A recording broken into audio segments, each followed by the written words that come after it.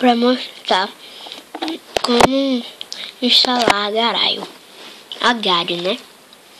Então, primeiro, eu já tô instalado aqui, tá, gente? Agário. Vocês vão no Play Store. Depois de no Play Store, gente, desculpa pelo barulho, tá? Que eu tô comendo. Ó, você digita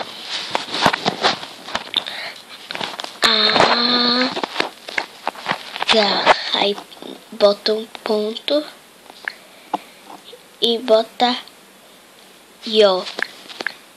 É Agário, ok?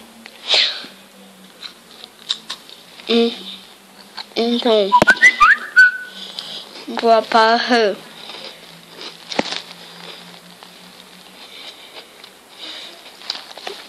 esse agário. Você clica no agário, aí você instala. Então eu vou mostrar pra vocês jogando.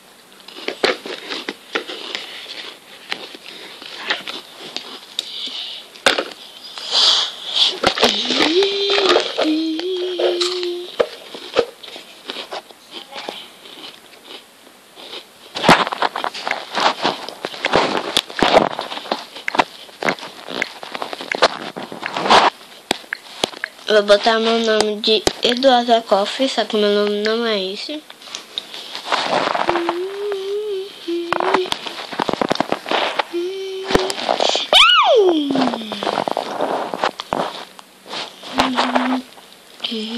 Então assim, ó, que se joga.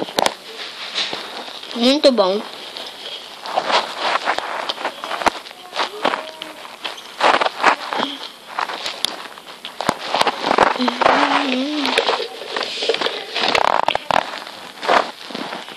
Aí come.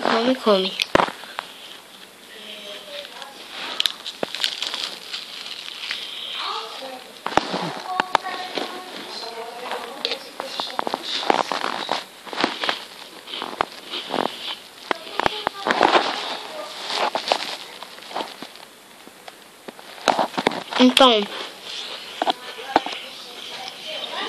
se você tiver gostado, clique em gostei, adicione os favoritos e tchau!